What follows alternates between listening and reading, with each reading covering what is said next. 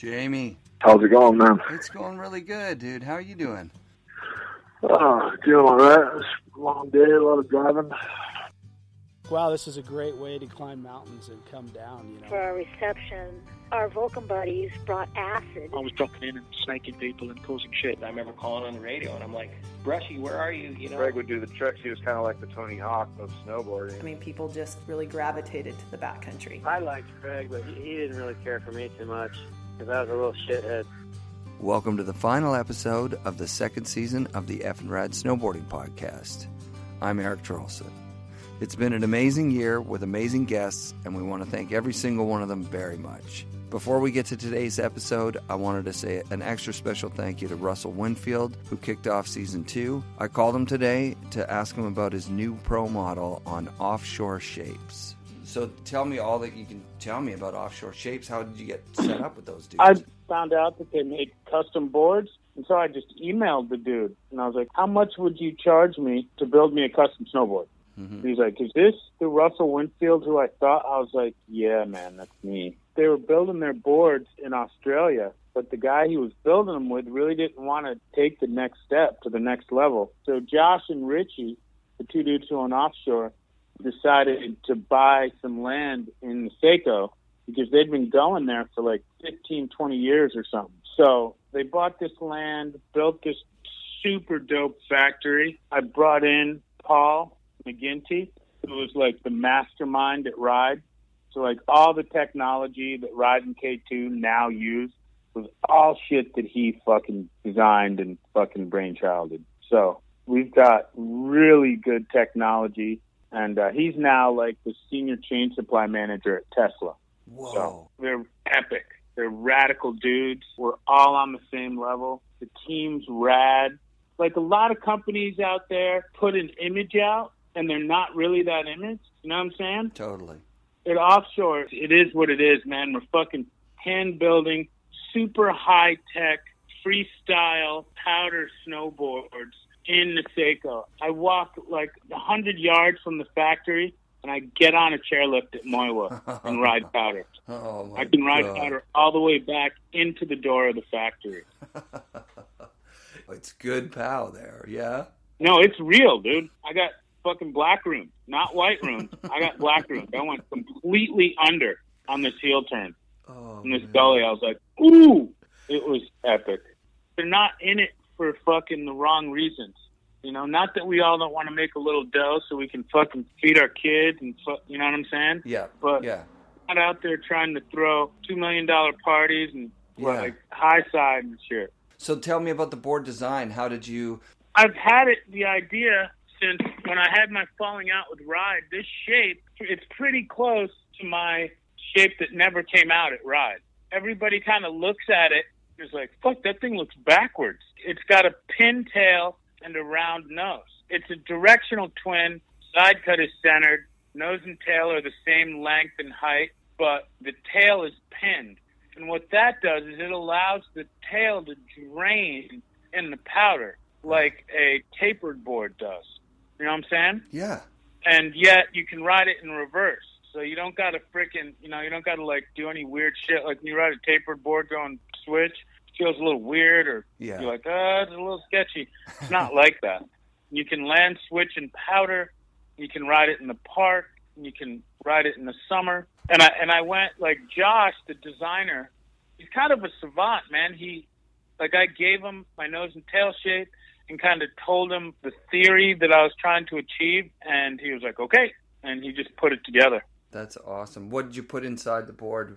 Birch core, 3-strip carbon array X on the nose and the tail, so that like if you get forward on it, it'll throw you back in between your bindings. And then I got these things called sushi rods. It's like little pop rods, kind of.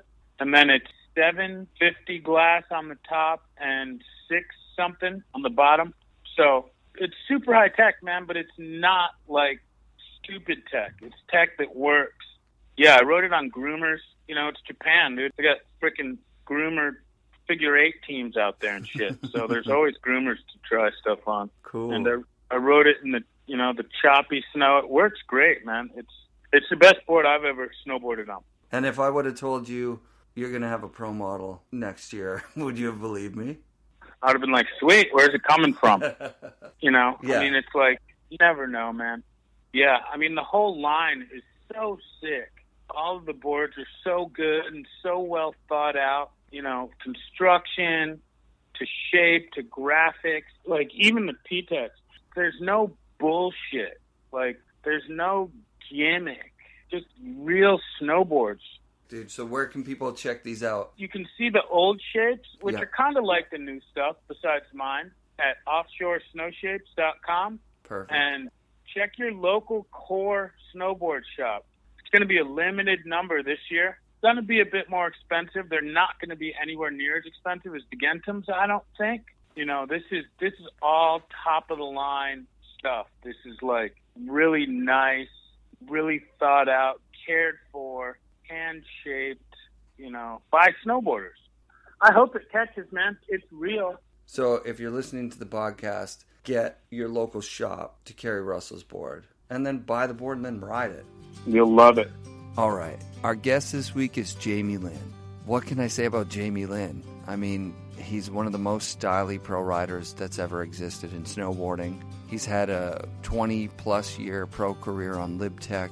You know, he's a pro's pro. My hometown buddy Mike Strato works for Vans and knows Jamie pretty well. So I have to thank Strats for setting this interview up. A few weeks ago, Jamie was in Jackson Hole for a while before going up to Baldface with Volcom. I reached him as he arrived in Revelstoke after driving from Caslow in terrible weather.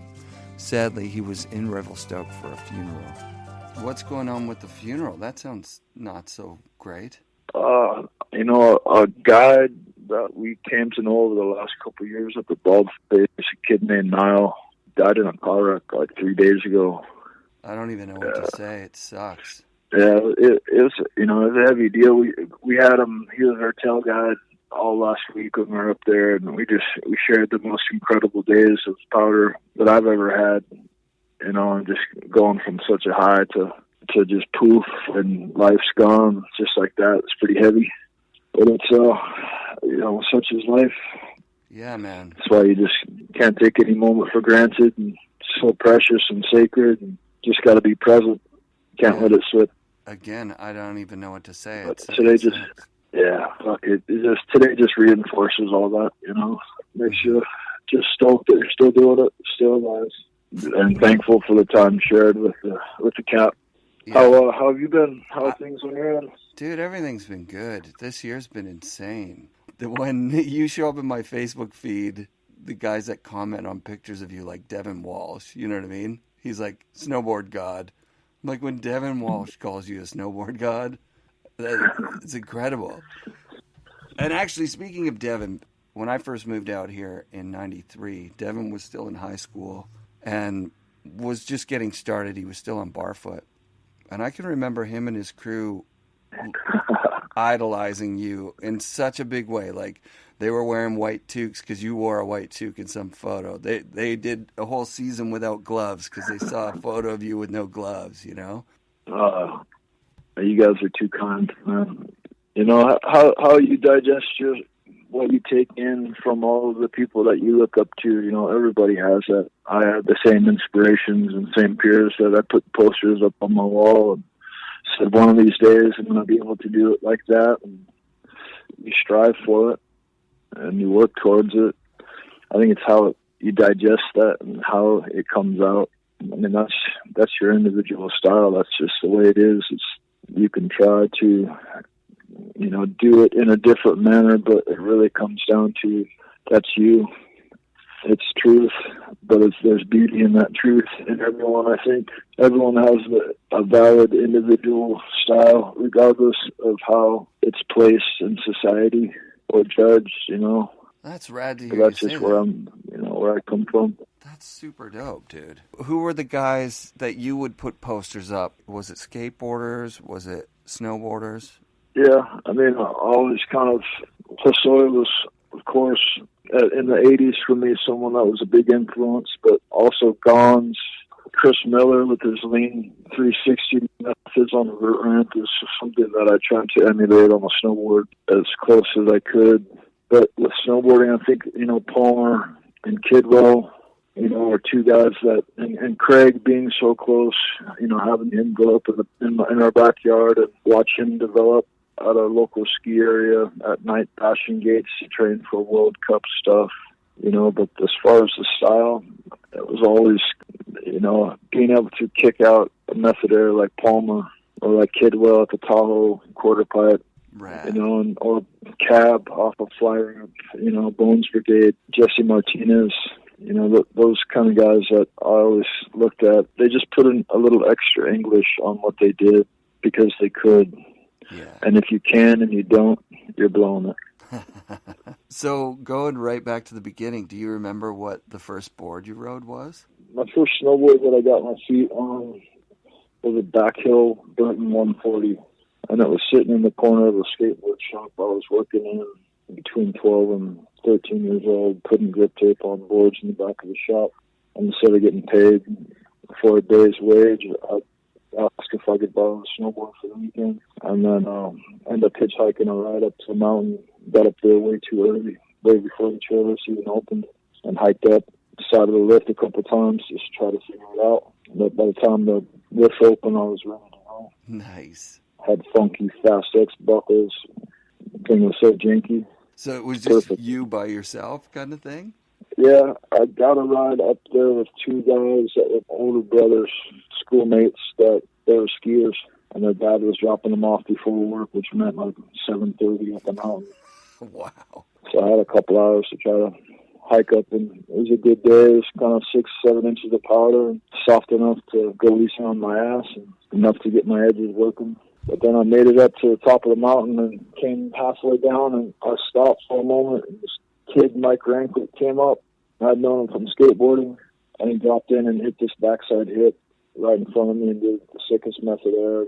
From that day forward, like, man, one of these days I'm going to be able to do that. And that's kind of what sparked it. I love that. I can't believe how fast he rides in real life. All you guys, you ride like faster than fast. Baker breeds expeditious behavior on the mountain. You're buckling into your binding half whip, which you're just getting ready for that top of that lift to come. And as soon as you hit the snow, you're straight as fast as you can. Trying to follow Bass and Loeb and even Dave Price when he came down. They'd fucking haul ass. They'd be ghosts. All you'd see is their vapor trail. They didn't want you to know where they were going.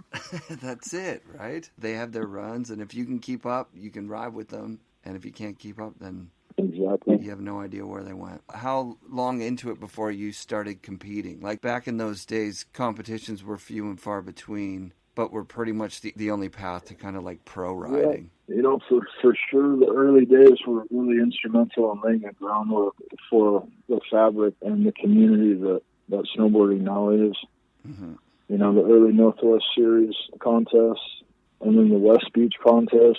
That was huge for developing friendships and relationships that are stronger than ever today. And then, for me going from a junior in a Northwest Series regional contest straight into a pro half-pipe contest down the Squaw Valley, I think probably winner 92 or 3. That was a big jump, but it just seemed like the level of snowboarding and where it was at, there wasn't a big gap between what was happening on an amateur rank, what was going down wasn't too far away from what was happening in the pros. I could see that. Or at least that's how it felt, making the transition into that contest. Just I think that the placing on the first pro contest was, top 10 or top 5 or something, and it just seemed like a natural transition into it. Did you know about Mervyn before you were approached by Mike or Pete to ride for them? Yeah, I was versed in who they were because of Matt Cummins. I started riding for Matt Cummins' shop, Northwest Snowboards, in probably 89. And if you rode for the shop, you got one free GNU snowboard a year. And that's what started my relationship with Mervyn. But at the time, I didn't know that they were in the process of transitioning out of this, which was essentially nitro and Windline Distribution that held the rights to the main canoe. And once they saw an opportunity to get out of that relationship and start something new, I had a choice to either go, I think Gwen Howlett from Mount Baker was the team manager at the time. And I remember calling me in and asking me who I wanted to ride for, and did I want to ride for Nitro, or did I want to go with this new company that was just a garage company that wasn't going anywhere, that was just, fly by night. These guys might compete. They're going to start this company in Tech. And really, I was following Matt Cummins' lead on a lot of stuff at that point in time, and also backing the decision to go with a company that was going to be based in my backyard, to have a close relationship, that I could drive into the factory to pick up boards if I needed them, that I could talk to them face to face, and that we had the opportunity to grow together. I was young. They were relatively new at the game themselves, and what a chance relationship now that has grown into something that's so tight and such a family bond that's stronger than it's ever been, and to have us grow up together and both work hard toward, living a dream and finding some success and failure, and that has been an unreal experience. LibTech seems like they've got a track record of being the best company of supporting the riders that sign on. What they do has truth to it, and those actions back that up. Mike and Pete they honestly do their best to be righteous in all the right ways, to not only take care of the heritage and just the family sense of knowing that those people worked hard with them to make it possible, for them to be able to do the kind of things that they can do with their company, where they share that, and that's rare. I've never ever felt like a number on a roster. And a lot of times with people that I've talked to in different situations, that's all they feel like. And to me, it just builds a strength of loyalty and integrity that I want to give back to them, because I feel that in return. Yeah, those guys are the best.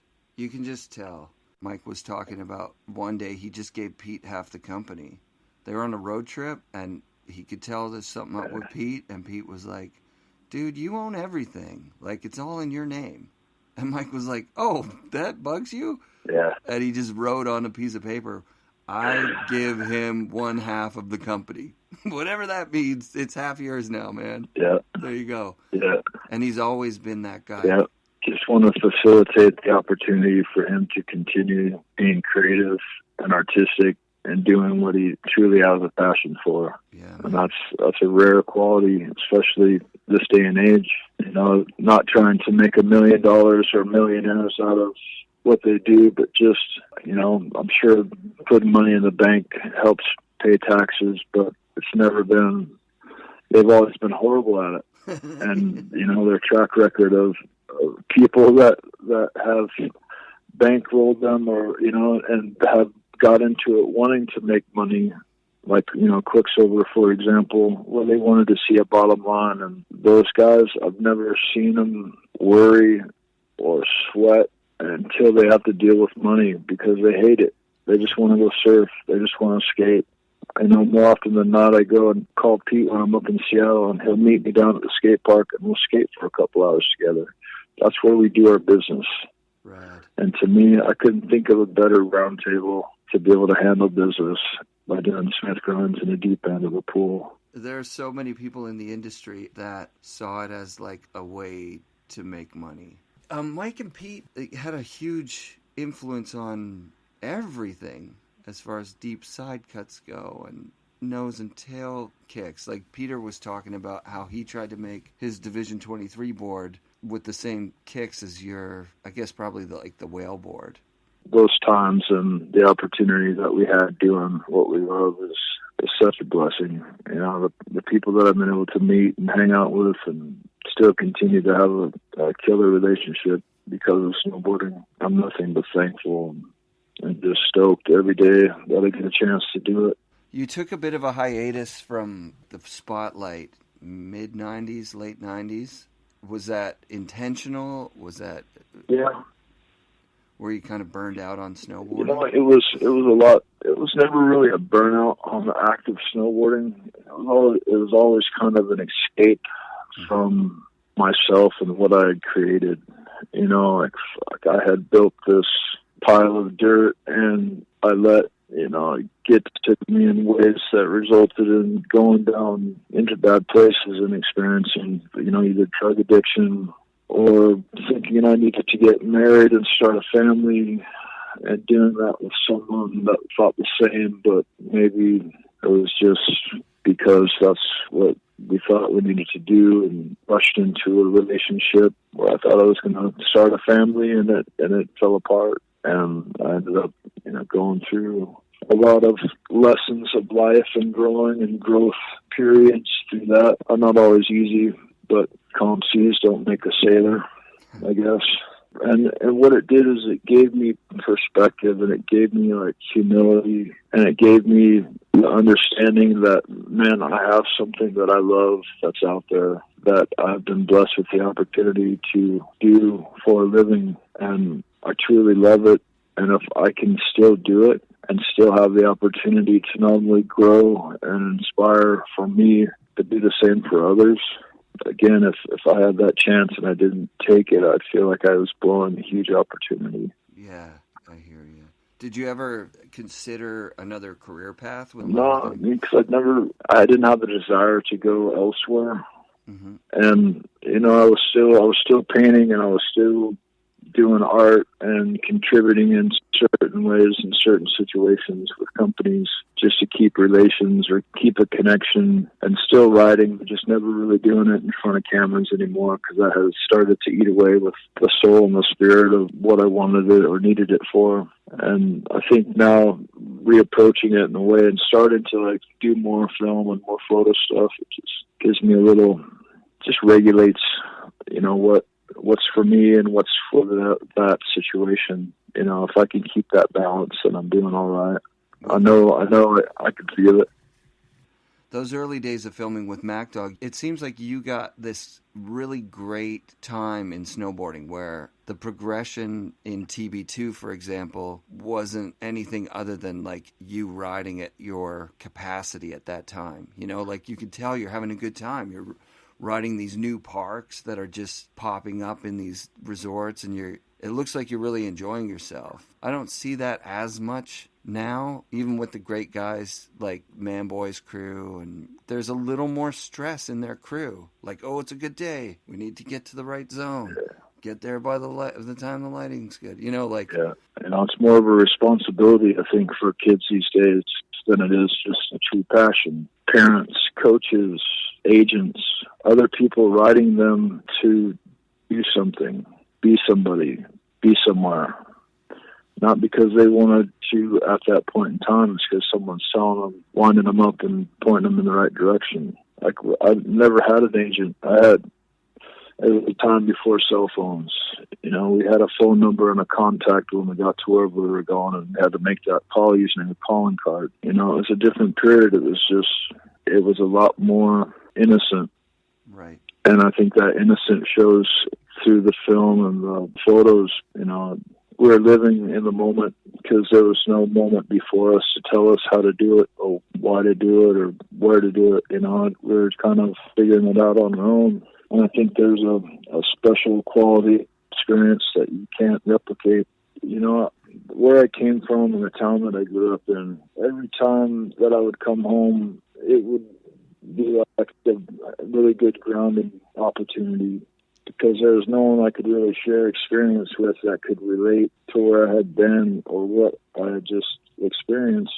So I always kind of kept that down. Didn't let that stuff go to my head much. But, you know, and every time I'd go to a competition, it was always going there to compete against myself, to prove it to myself that I could do the things that I needed to do to put my best foot forward and to have my best showing there. You know, but it was never going into an arena, looking at an opponent and going, I'm going to do whatever it takes to best that other person. You know, we didn't really need to do that in snowboarding. It was just do what you do at the highest level you can do it, and then see how that falls into the place. You were the first megastar I can think of that was soft-spoken. You know what I mean? You were never I always thought the strongest voice that you could have is through your actions. You know, let them speak for themselves and put that out there and allow people to interpret and write their own dialogue and make their own interpretation of what they see or what they've experienced with you. You know, I don't need to put words in their head. They can use their own imagination. You know, that's the beauty of having a brain. And your actions were very loud, and you got a huge following very quickly. So, like, when you would travel to Japan, for example, you must have been mobbed by people. You know, there were times when it was as close to just being outside of what I thought snowboarding would ever become, you know, into a more elevated public situation. But they're so humble and so nice and so courteous that even if you had 200, 300, 400 kids swarming to get an autograph, they're still doing it in a polite, regulated manner. And that's so rare for a society in any country, but Japan is one that, you know, I've been going over there for 26 years now and have grown up with a lot of those kids that I've met that long ago. And now they have kids that are 12 and, you know, 13 years old and ripping on a snowboard to continue that legacy and to have them be riding on one of my boards, you know, how much of an honor and for me to see that not only have I been able to inspire my generation, but then have the opportunity to inspire the next through their parents. It's, you know, unreal. That's so cool, man. What does a season for Jamie Lynn look like now? You seem like you're on the road all the you know, time. This year's been pretty nonstop. I've had a great start. I'm renting a room from Tex Davenport up in Glacier, so I'm trying to be home at Baker as much as possible when I am home. And then had an early trip to Les Arcs, France for a Vans trip. Right now we're currently working on a Vans movie. That's a project that's been happening for the last 2 years. So we went out to Jackson Hole for that. Spent some time with Brian Iguchi, which is always a pleasure. He's an awesome dude and great brother, and we always have a good time riding together.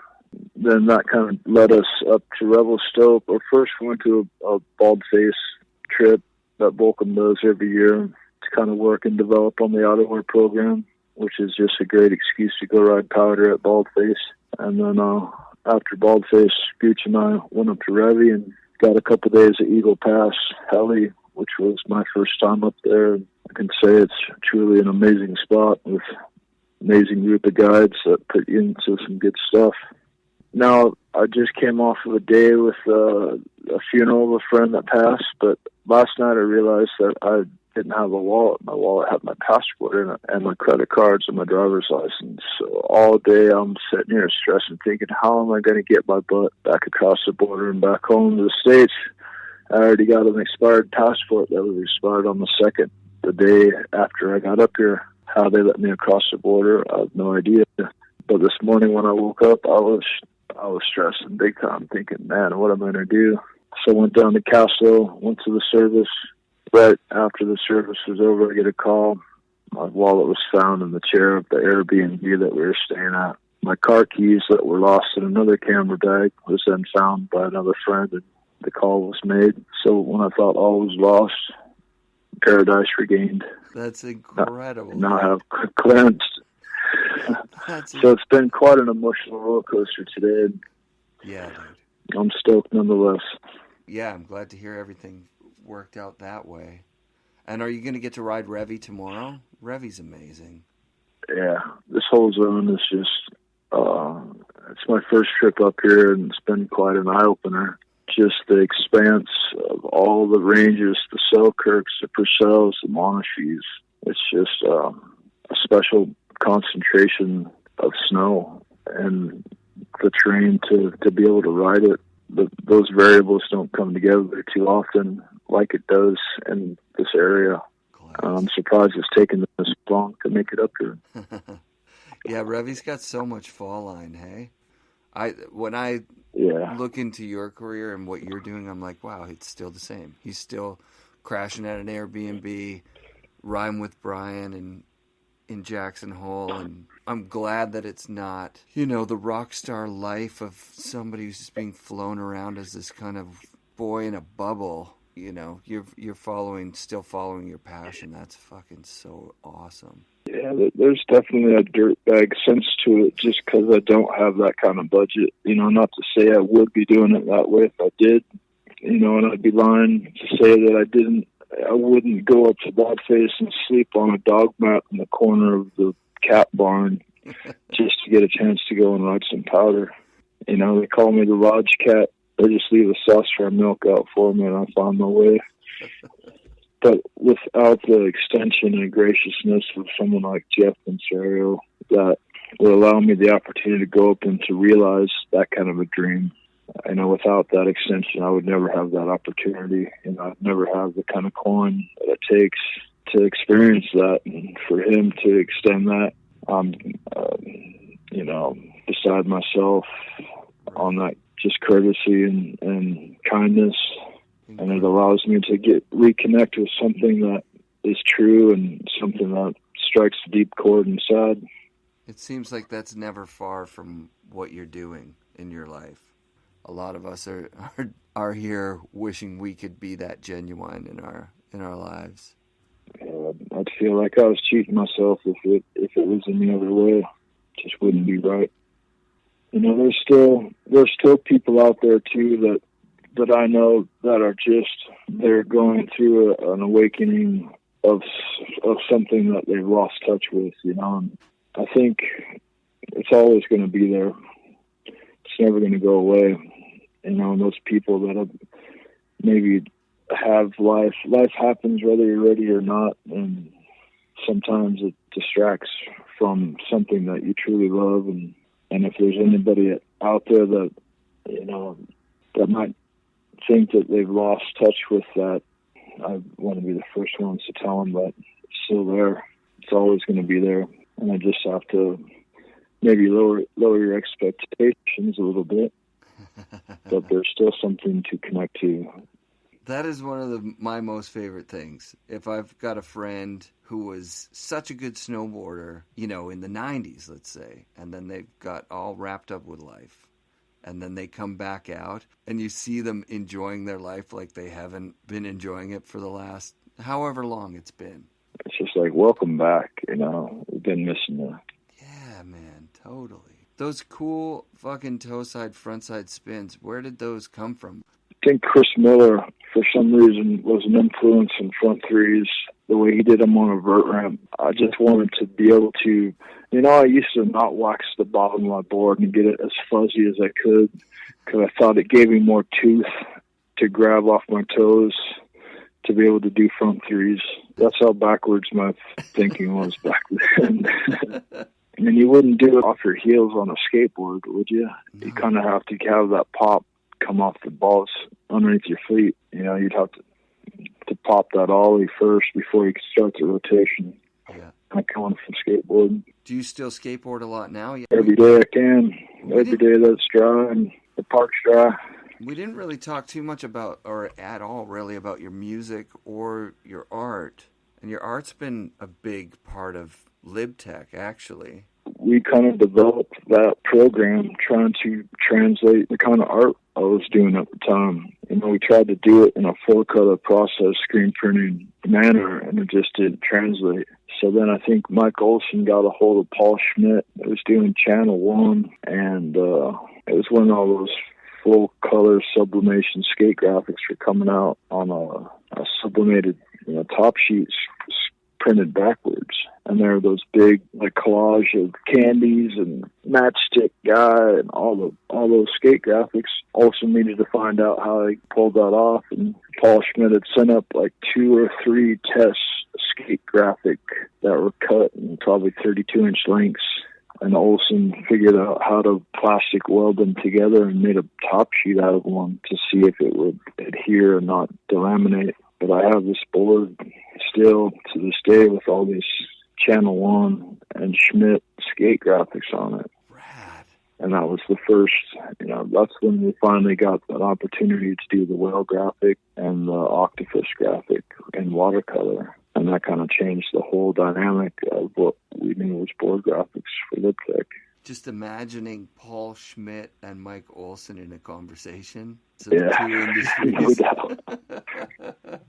They're both kind of the same personality, just like so keen on experimenting and figuring shit out. Yeah, development, like research, and just problem solving. He's almost like on a different level mentally that it works much faster and has many more volumes than mere mortals. The way he thinks, he's always thinking to better what's out there. He's excited like a kid about inventing things and about snowboarding. I think his ability to actually manufacture his ideas and build his dream of what he was thinking and then develop that through research and development. There's not many people that could have all that and be able to apply it and pull it off the way he did. And to think that he was there side by side while Jake was doing it, Tom was doing it, Chuck was doing it, all those guys were doing it, and he is still doing it now. I think it was a special time for all of us to be a part of something that we love so much and to share that passion and to build what we've been able to lay down the foundation that people are now using to build off of. It's a huge honor. So, very thankful. Is there anyone you want to give shout-outs to? Everyone that's ever helped facilitate my dream of doing something that I truly love. Take the opportunity to say thank you. Thanks so much for getting in touch with me. Well, Eric, thank you. Good luck, crossing. You have a great evening and safe passage out there. Yeah. And I'll keep in touch. And if I make it up there or if you make it down to Baker, my door's always open. All right, brother. Fucking right. Good to talk with you, man. Thanks a lot. No problem, Eric. You take care, man. Have a good evening. Yeah, you too. See you, man.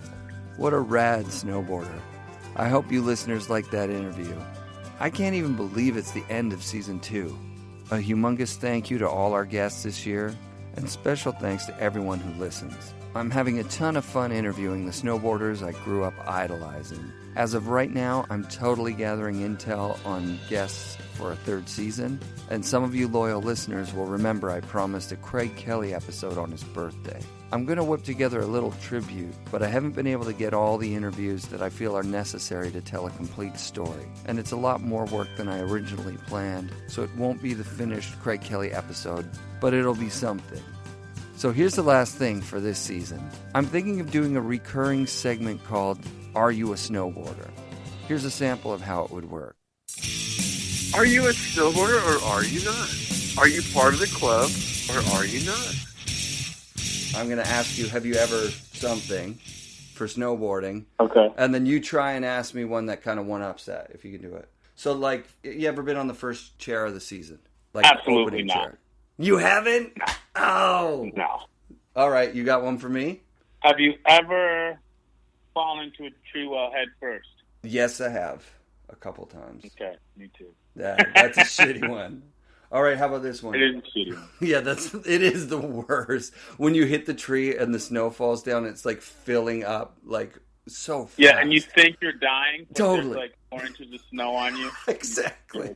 Have you ever showed up at a staff party in your snowboard gear? Oh, absolutely. Yeah. Well, I showed up at many parties in my snowboard gear. Yeah. I don't know about a staff party, but yes, head to toe, boots, goggles, whole thing. Have you ever gotten too stoked while riding out of bounds and didn't turn back soon enough? Yes, at Baker. Okay. Where'd you end up? Okay. You had to walk all the way to chair 8 or something? It was like an hour workout. All right, here's my last one. Have you ever gotten on and off the chairlift with the wrong foot strapped in? No. Dude, it's the worst. But I went up snowboarding with a girl who tried to do that one. Cool, man. Right on. Thanks, Russell. All right. Yeah, late. So if you like this idea, comment on the episode anywhere you find it with your own have you ever question, and I'll read the best ones out in future podcasts. Thanks for listening. Be sure to come back on Craig Kelly's birthday for a special episode of the FNRad Snowboarding Podcast, brought to you by Bike Room Productions.